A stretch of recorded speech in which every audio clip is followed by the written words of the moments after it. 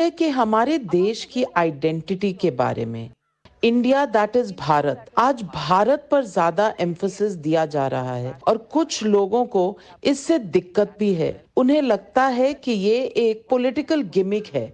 आप इसे कैसे देखते हैं?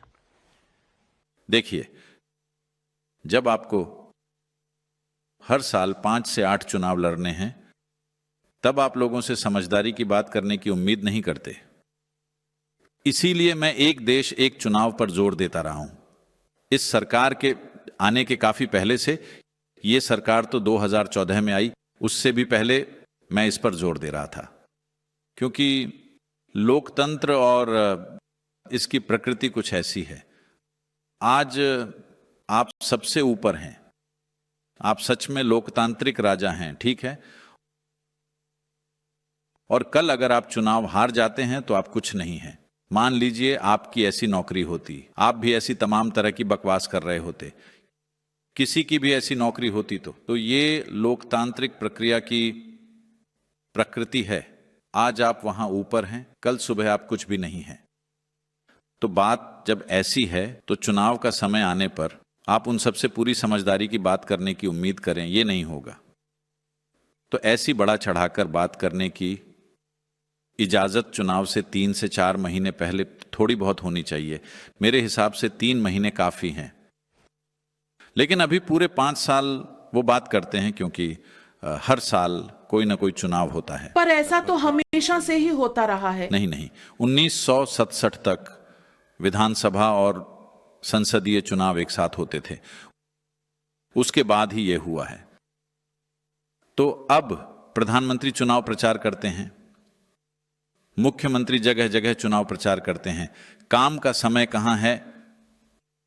जो लोग पद पर होते हैं उन्हें वो पद काम करने के लिए सौंपा जाता है, अपनी पार्टी के लिए प्रचार करने के लिए नहीं।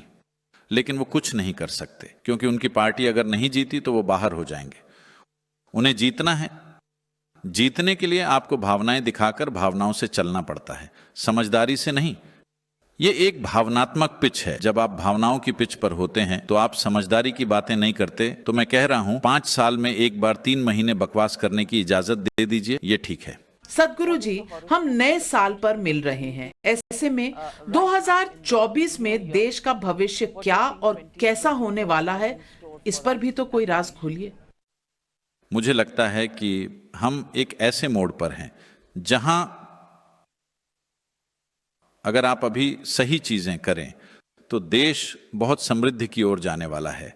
और हम 5वीं अर्थव्यवस्था हैं। मुझे लगता है कि हम जल्द ही चौथे स्थान पर होंगे, शायद इस साल के अंत तक या 2025 के मध्य तक, और तीसरे नंबर पर शायद हम 2030 या उसके आसपास 32 तक आ जाएंगे।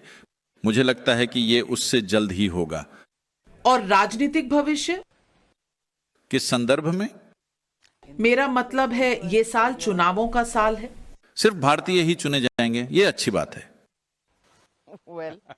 लोग जो चाहें इसे समझ सकते हैं। नहीं, मैं कह रहा हूं केवल भारतीय नागरिक ही चुने जाएंगे। तो दिक्कत क्या है? भारतीय, ठीक है, मैं आपकी बात समझ रही हूँ। मुझे पता है मेरे दर्शक भी समझ ही रहे होंगे।